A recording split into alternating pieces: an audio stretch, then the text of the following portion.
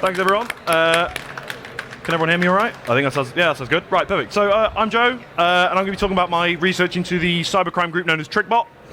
So, quite simply, first, who am I? Got a nice big picture of myself. That's great. So I'm a student. I'm still a third-year student at University of York, and I'm also a threat intelligence analyst at Cyjack. So I do both at the same time. I've got some experience working in, I've done some pen testing stuff, I've done some threat intel stuff, and I enjoy drinking pints and tracking threat actors. Nice, simple thing.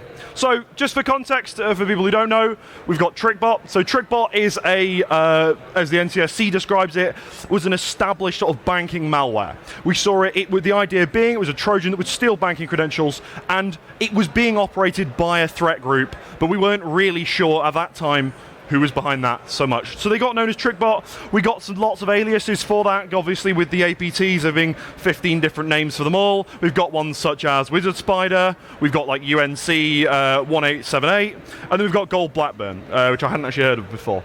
But we'd also sort of theorized a lot of these groups have a lot of links together.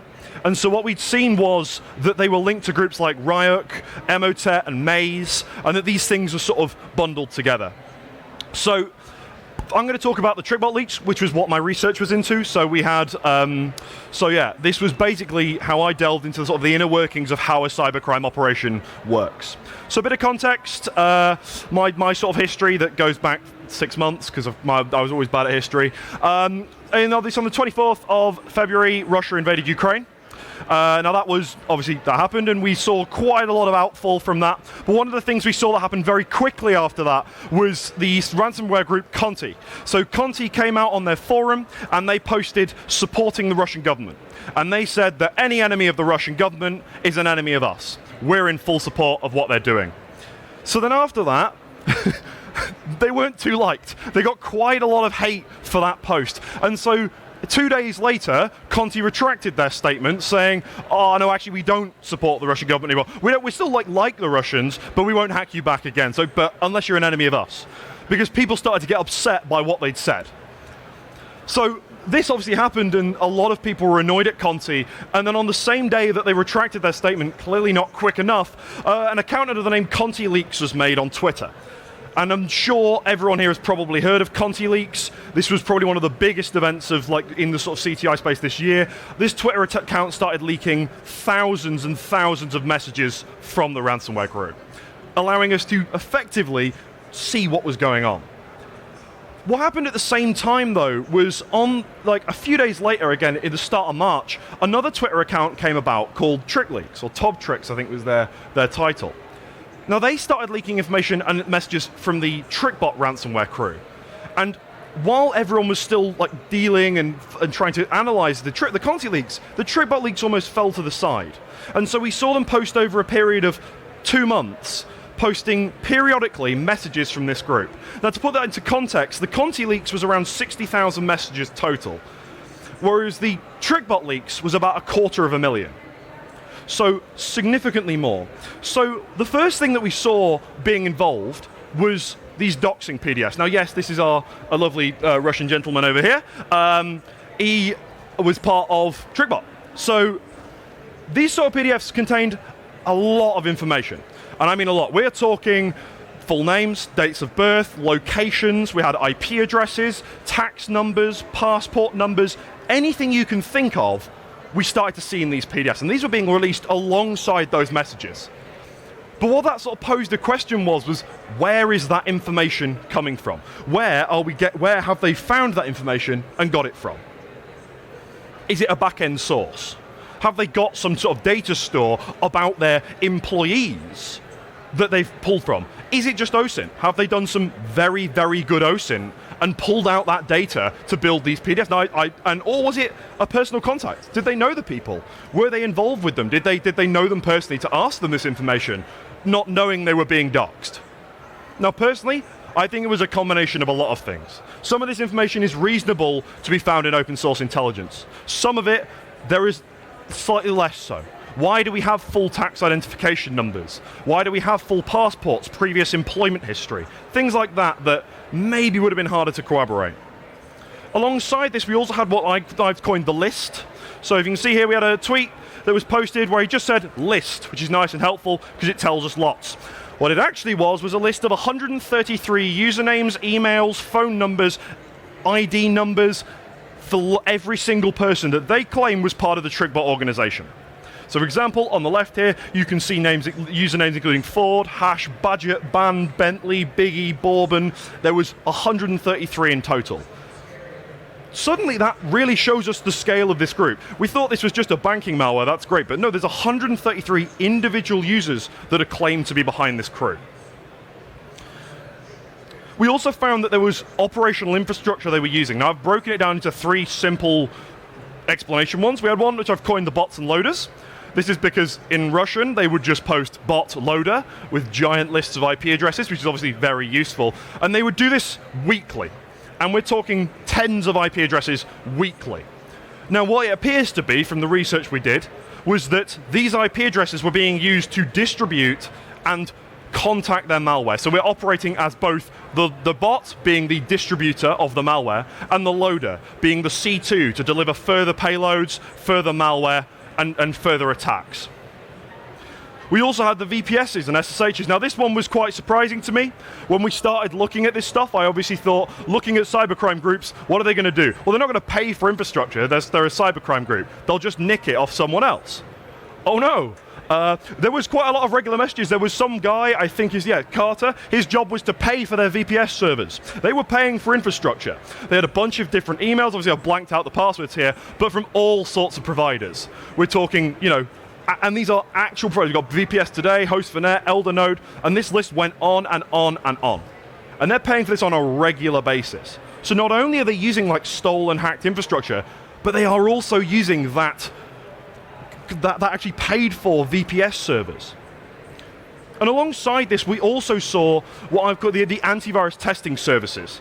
Now, obviously, if you're developing malware at the rate that these guys were, you need something to test it's going to work. Because if I'm going to be delivering malware to someone, I need to know that when it gets there, Windows Defender or Norton isn't going to go, oh, you've got Trickbot, and immediately ban the sort of malware from being distributed. So what they had was a series of servers and licenses for every single major brand of antivirus on the market today, all being hosted, and a system where what they could do was say, right, we've got a new malware, we've just re-obfuscated our malware, post it to that server, and that would then distribute it to every single antivirus service that's being used. We've got, including here, we have Sophos, Trend Micro, McAfee, Cytec, Avast, WebRoot. I think that one is, if I could read Russian, I'd probably be able to, but I can't. So we've got all these sort of big name brands. They're using this as a testing ground. Is our malware going to work? So a serious amount of actual infrastructure and servers behind this operation. Slowly building that sort of picture. We also had the Botleggers Club. Now this was quite a fun one. They kept referencing something called Botleggers, and I was like, oh, they're just misspelling bootleggers, because bear in mind, all of these messages were in Russian. So I translated them all as a mistranslation. But then it came up too many times to be a mistranslation. So what was it? So I look it up, Botleggers Club. There was one result on Google from a Mandiant article from 2 years ago where they said, we think they might be using something called the Botleggers Club, full stop. That was it. I was like, okay, there's got to be more than that. So I spent a couple of days pulling out everything we could about the Botleggers Club. What actually turned out was I found an IP address and multiple Tor addresses for that. What that came to was this. Unfortunately, it's not live anymore. They took it down after the leaks in a mad rush to kill all of their infrastructure. But it was a login panel. And behind this login panel, from what they're explaining, was a management center for malware. Not just like a case of, I'm going to go on my Outlook and start saying, no, this, or I'm going to start sending this manually to my thousands of bots. No, this was a centralized management interface for their malware. Not only for delivery, but for updates and for customization. I've got a new version, the old version is being caught, upload that. You're now 1,000 bots, say you've got in your infrastructure, all of them can now host and deliver that malware in an instant. Optimized delivery of malware. We also have development teams, and you can sort of see the picture I'm trying to build here of this crew. Obviously, again, we usually picture a lot of these threats as small dissident groups and this, whereas actually, in this case, we had development teams with managers, and bosses and deadlines and project specifications. So, for example, here were just 5 of the key ones we found. So we have the cryptors here. I remember all of the names you see listed. Those are all the members of that group. If you so wanted to know how big each of the teams were. Cryptors obviously are the job of how do we sort of obfuscate our malware. So we had a massive team where each person was specifically told, whatever you do, you want to put you're going to take a piece of malware, you're going to obfuscate it and mess it around so it's no longer identifiable. And each one of those people was indicated what you have to do is do this individually. You're not to work as teams. You're to work as a crew. You're to work individually and help each other because they want as many different obfuscators as possible. So they're working with I can't remember exactly how many there's but there's at least in double figures worth of different cryptors being built simultaneously. We've then got loaders. Again, the ability to load their malware more quickly. Potentially just operations on the loaders they talked about earlier. But we had another development team, all of them working, collaborating together, sharing ideas, sharing sort of development tips. Oh, this worked for me. Oh, I'm starting to find if we use this system call, we're getting caught. Stop that. We have Tox. I'm sure some of you heard of Tox. Tox is becoming quite a more popular threat actor communication channel. It was sort of it's being sort of actively maintained on GitHub. The Tox group was being used primarily because they wanted a group chat feature, which has now been implemented after they cried about it for so long. But now they have a group chat feature, and they want to talk to each other, and they made a team where they communicated, and there was influences that potentially they were even communicating with the developers of the tool, and if I remember correctly, even with the group leader saying, well, if we need to, we'll just pay him some money. Well, if we need him to develop a group chat feature, I know he's just an open source developer, but we've got loads of money, why don't we just pay him some of ours? We've then got lockers, again, the ability to crypt up to crypt up the systems and to crack systems. They had a few people doing that, wasn't as big, because remember they're a banking Trojan. But actually, why are they developing this sort of maybe sort of ransomware style lockers? Well, maybe it's because they're actually trying to see how wide their reach can go. This is a big operation. And finally, Fireteam, which doesn't actually explain anything. Fireteam was an OSINT team. This is a sort of 10 strong plus strong OSINT team. So, for example, let's say we're going to pick the vertical of transportation. That's what they do every week. They pick a vertical and say, right, here are the top 10 companies we want to target in transportation. Each one of you pick one and you produce me an OSINT report. You got a week. They would produce a full PDF OSINT report. Unfortunately, again, all of these are no longer available, but they produced a full PDF OSINT report of everything they can find about you, your company, your contacts, everything. Because this is beneficial to them when suddenly they want to now start targeting you. And this starts to build this picture of a sort of interconnected organization. So, within this data, we've got a lot of it, and there was that is the data we saw, but there's some sort of conclusions and observations we can start to draw from that. So, the first one is that Trickbot are a business. Now, commonly, we talk about cybercrime as if it's like, oh, it's the hacker in a basement wearing a hoodie. This is not what we're talking about here. This is a business. And I mean that in the same sense that all of you are working businesses. They work in a business too. For example, this long message behind me, which I won't read out, and if you can read, well done, is actually them hiring someone. Their HR guy, I think his name was Francis, also goes by Mango. That was their HR representative at the time. Because, of course, if you're working in a business, you need a HR representative. Doesn't matter that you work in cybercrime. So, Francis found our friend here on a forum. He was just saying, we had a team scouting the forums. And what we used that to do was to say, okay, let's advertise to you. We found you. I like the work you're doing. Okay, let's start talking about salaries. We'll pay you twice a month.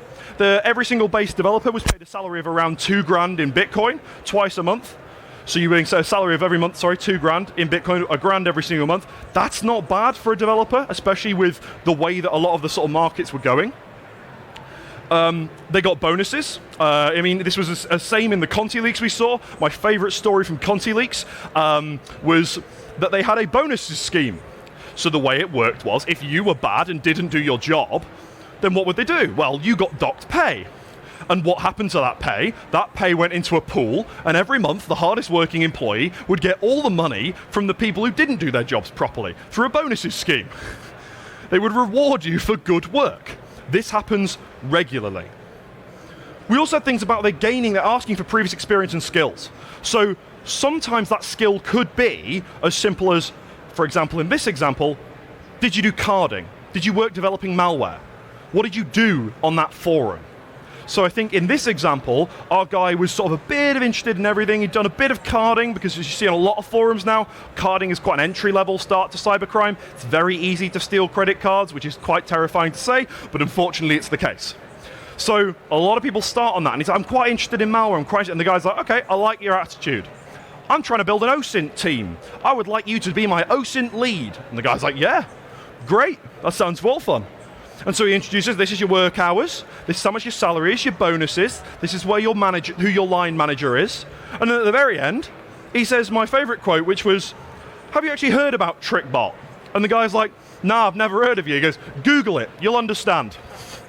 Some of the people they're hiring haven't even heard of the cybercrime groups they're actually applying for. They're being pushed just through forums and like communication through these sort of channels. Hey, you'd be great to come work for us. Come work for us.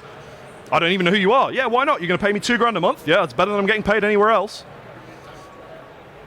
So we also found, just like as a good example, how they were being paid. So obviously, again, HR, they're paying you every sort of twice a month. How are they paying that? Okay, it's a bit rudimentary. They'd pay you obviously in Bitcoin, but they're paying you by saying every half a month, send me your wallet address. So what we have here, I'll leave the cat for now. Cat, by the way, is Russian slang when it's translated for wallet. Don't ask me why, I've tried to work it out. And he'll be gone for a while. And Fire posts his wallet address there. And then he's like, hey guys, please pay me. He's bored. He's like, come on, I need the money. And he's like, oh, sorry, the boss was gone for 3 days. I didn't have access to our money stores. Okay. And then he says, okay, I'll throw it down now. Sends his wallet address. So I took his wallet address, I whacked it in an open source, sort of an open Explorer. Here's his transaction. So we can see he asked for 1,500 because this guy was actually on an increased rate of $3,000 a month. So he says, okay, here's your transaction. And we can see that about 15 minutes after he complained, a transaction left this wallet here, which was marked as, like, by this sort of Explorer as a dangerous or potentially criminal wallet. Went, obviously, for the change went into another wallet. They were like, that looks suspicious. But what's more interesting is the wallet that was identified by the criminal as the wallet they wanted to be paid into was not. This wallet hadn't been identified as malicious. This was just fine. That is a proceed of a cybercrime operation. That is a salary being paid. And we can see that. As much as people like to think that obviously the blockchain is very anonymous, no. If you know what you're doing, it's very much not anonymous. Yeah, so that was Fire being paid on, I think that is the 16th of July. So yeah, we started to see that that was a common trend. And these people were being paid regularly by their management. And so I don't know if there's a slide on it, but the management structure was there. So we have, again, like I say, Francis. Francis was our HR guy. But we also had bosses. We had Stern. Stern was the boss in both Trickbot and Conti leaks. People often being referred to as the chief in this sort of leak because he was the chief. We had also people like Mayer, who was another big player. We had all these big guys in the scene, and they are management. They're being referred to as the technical director, director of operations. This is the guy who does infrastructure operation. He's the virtual machine guy who manages all of our virtual operations. These things are real. So the second conclusion was about collaboration. So when we think about these groups, and there's often the famous quote of, oh, there's no trust among thieves and all that sort of stuff. Well, they wouldn't trust each other. If anything, this proved the direct opposite. So at the top of each of those PDFs we spoke about was the quote about that got leaked. It said, this member of the hacker group Trickbot, who is also known as Wizard Spiders, Ryuk Maze Conti Diavol. Now that's a hell of a statement to make off the bit. To say they're all the same. But actually there was a lot more information that sort of supplemented that as we started to look. So we had messages that supported it. So we have internal messages. So we have one here. Silver says, Silver also being another guy who was probably the top guy in Trickbot. He clearly looked like he managed it. Because if you look at all those development teams, who was the guy who created them? Our good friend Silver. He says, hey, Esteban's away, you need to get access to him. Oh, what's his project again? Oh, yeah, it's called Deervol. So Esteban here, our good friend, is managing Deervol. Well, there we go, there's a direct link. His job is to manage and create Deervol. But we also found things where actual messages were being copied across the Conti leaks. So we saw message logs in the Conti leaks that were direct copies in the Trickbot leaks. Now, there's only one or two reasons why that may be happening. Potentially, because actually there's a lot more overlap in this organization than we originally thought. So there's often this observation, there's thousands of threat actors and you've got to constantly be looking at it. But actually, this paints a different picture. So the way I suggested it in the report was that the wizard spider, as I'm going to say, could be some main organization, some main sort of group we're going to call it. And actually under that is different branches within the company. So we've got Trickbot, they're our banking malware. We've got Conti, they're our ransomware operation. We've got Deervol, which appear to actually be a testing ground for features in Conti. Well, let's whack things in Deervol, because nobody really cares about Deervol. And then if that works really well, we'll whack it in Conti, because then it's really going to make some damage. Bear in mind, Conti being, I think, if I remember correctly, one of the most profitable ransomwares through 2020 and 2021, since its demise. And then again, we also had external collaboration. So not only did we have this internal communication between the groups, saying, okay, we've got like Conti, we've got Trickbot, we've got Deervol, Maze, but we also had external collaboration. So I found a very interesting communication with this guy called Zeus, who also went by Robin. And people were discussing Robin, not only like he was a person, but as a software and as a group. He was being referred to in all manner of ways. So I was like, who is this Zeus character? You look into it. Now, there was a famous bot that was being released, and it was also a banking malware, called Zbot. Not as popular. And they were made by a group which we think was called Zeus, because we think the Z stood for Zeus. Now, when we look into it, we found more and more messages, and as I started to dig deeper and deeper, what we found was a lovely message here that explained exactly what I needed it to say. Hey, what's our relationship with Zeus? Oh, well, he started out as a client, but we've had a good relationship, and now he's progressed to one of our partners. We're good friends now. That's a terrifying sentence. The idea of there being clients in this organization. We've got Trickbot, a threat group, which we look at and go, okay, they're dangerous. But now they're supplying other crime groups with their operations. When we're talking an 100, potentially over 100 strong group that are developing, producing, and deploying malware, why not offer those services out to other groups? Oh, we find it really difficult to bypass this AV. Oh, well, we've got a team of 15 people that spend their dedicated jobs doing that. Do you want a hand? Pay us. Or, as in the case of Zeus, what happened, they worked with them. I couldn't find any payments or any of this discussion of that, but what I did find that was quite interesting was in a report published, we found that in 2021, the Zeus module was now a module of Trickbot. So now, we're offering services. Actually, do you know what? I like the way your banking malware works, this specific thing. How about you come and join us, and you become part of our ransomware? This is a collaboration between businesses. And the final one was about the changing. Now, I'm sure, as many of you have heard, Conti and Trickbot had a bit of a tumultuous time at the start of this year after declaring that they were going to take down Costa Rica and then kind of failing quite spectacularly and then disappearing into the ether. Well, it was actually quite interesting because they were talking about this a lot earlier. Now, obviously, this message, apologies if you can't read it, I will explain the gist.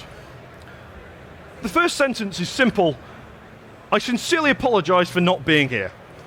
Regarding the chief and Silver and salaries.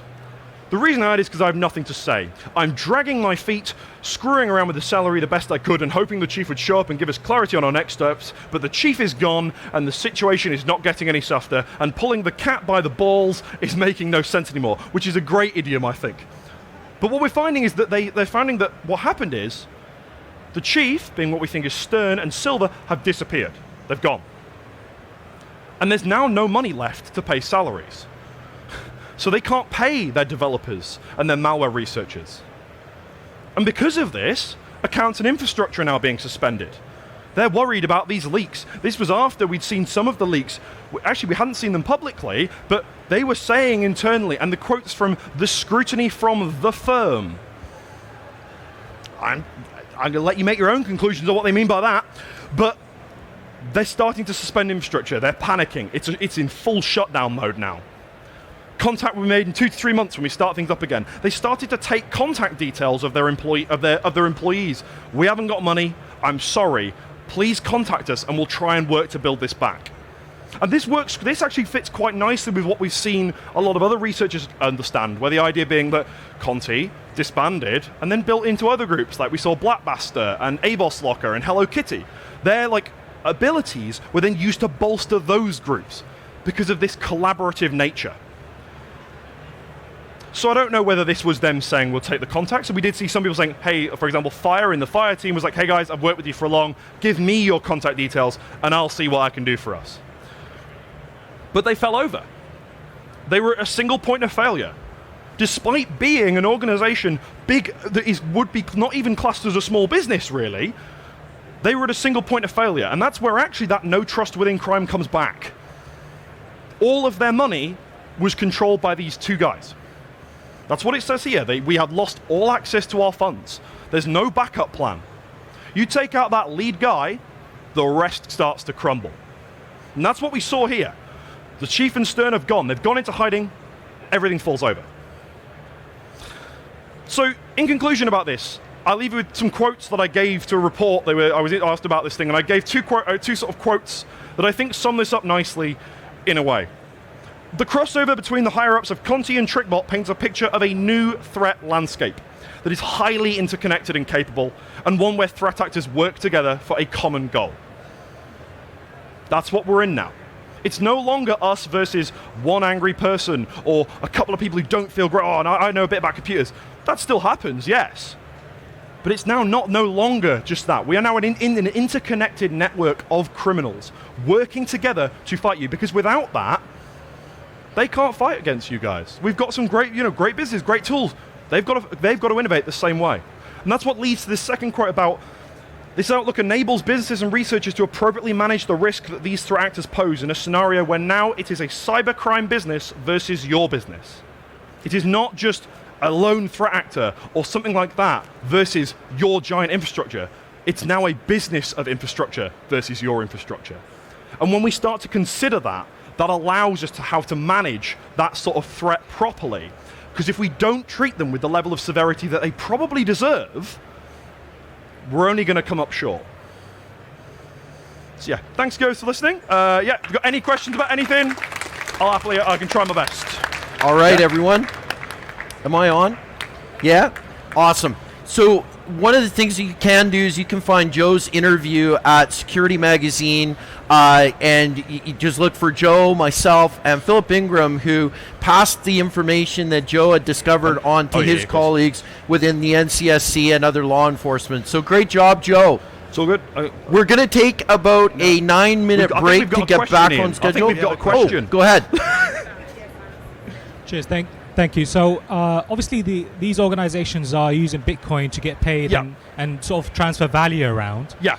Is there any risk of them moving on to something like CoinJoin or Tornado Cash or other currencies like Monero to hide their with stuff? things like Tornado Cash, so I spend also quite nicely the other half of my time, apart from looking at these guys, I spend my life looking at the reasons crypto is starting to fall over, and Tornado Cash is one of those. So we've started to see a massive move to Tornado Cash because of the fact that it gives anonymity, and it's easy to use. I don't have to spend hours playing around with different things. I can go, right, I want to use Tornado Cash, put my money in, pull my money out, well, I've now got proceeds of crime. And when we're talking numbers up to millions. But that's what was interesting about this, was they weren't using these mixing services because they thought they weren't going to get seen. And when you're a crime group who's operating under the assumption of, hey, nobody's watching what we're doing because this is an internal channel, they're happy to just send, here's my personal wallet address, boom. Because why wouldn't you? It's an internal channel. The same way that we may talk on our Teams channels at work. Well, if I was to say, oh, this is here's my sort code and PIN number, well, it's not going to get leaked, so it's fine. So the public stuff, you start to see that a lot more. And so when they were trying to move their money around publicly, yeah, 100%. But in that sort of payment scheme, I think it almost was I don't believe I'm being watched. And because of that, we could see more of a sort of direct, I trust you with my wallet address. because you're my boss, and why wouldn't I? And you're the guy who pays me. But yeah, those sort of services I think are being used, but much more for a public display of, I've hacked 100 million out of a bridge, I need to get that into my personal wallet without people seeing it and whacking it in that way. Awesome. So great. We got another question. So Trickbot was a botnet of about 1 million infected devices, and it's kind of shut down now. What malware families do you think are sort of filling that vacuum? Yeah, so with the sort of Trickbot dying and Conti dying, I think especially with Conti, we've seen Lockbit 3 and Lockbit Black absolutely dominate the scene now. When we look at things like, if you look at things like Ransom Watch, we can see that Lockbit 3 currently holds, I think it's more than 3 times posts than any other ransomware crew. And the third most one on that layer with number 1, number 2 is another one, and number 3 is Lockbit 2. So really, they're kind of dominating that. With the botnet space, it's very different. We've seen a big scrap for their infrastructure. We've seen lots of new botlets, especially a lot written in Golang. We've seen things like Kraken. We've seen things like those sort of botnets being built. We've also seen ones like Emotet being used now because of the way it's sort of how powerful that is as a polymorphized malware. So I think what we've seen is a lot of these guys moving to the other groups and then utilizing their already existing links with things like Emotet and them using that to be able to build those sorts of still existing crime threat like landscapes. Yeah. Oh, we got another question. Awesome. I'll take We're going to get right back on schedule. That's amazing. There we go. I'm glad that worked. Doing all my best. Thanks, Joe, for giving us the insight to this ecosystem which they have brought up. Well, in aspects to actually dealing with these groups, would it be a possibility to get more research into seeing who is actually the business leader there, and then just striking off the dragon's head or the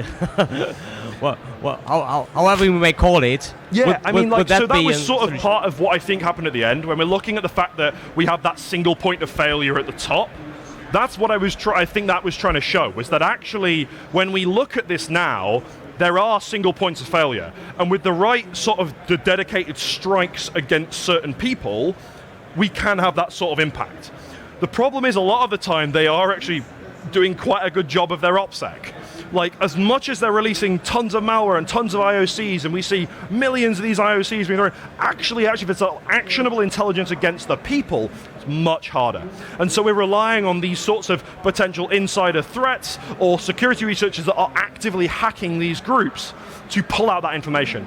And so we have seen, I think, if I remember correctly, I'm sure Ian will correct me, we had a US Cyber Command, they did put out a thing against Trickbot saying we're going to hack them and try and take them down. And I think with more of those sorts of things and this sort of level of information being leaked, these sort of groups will crumble a lot more frequently.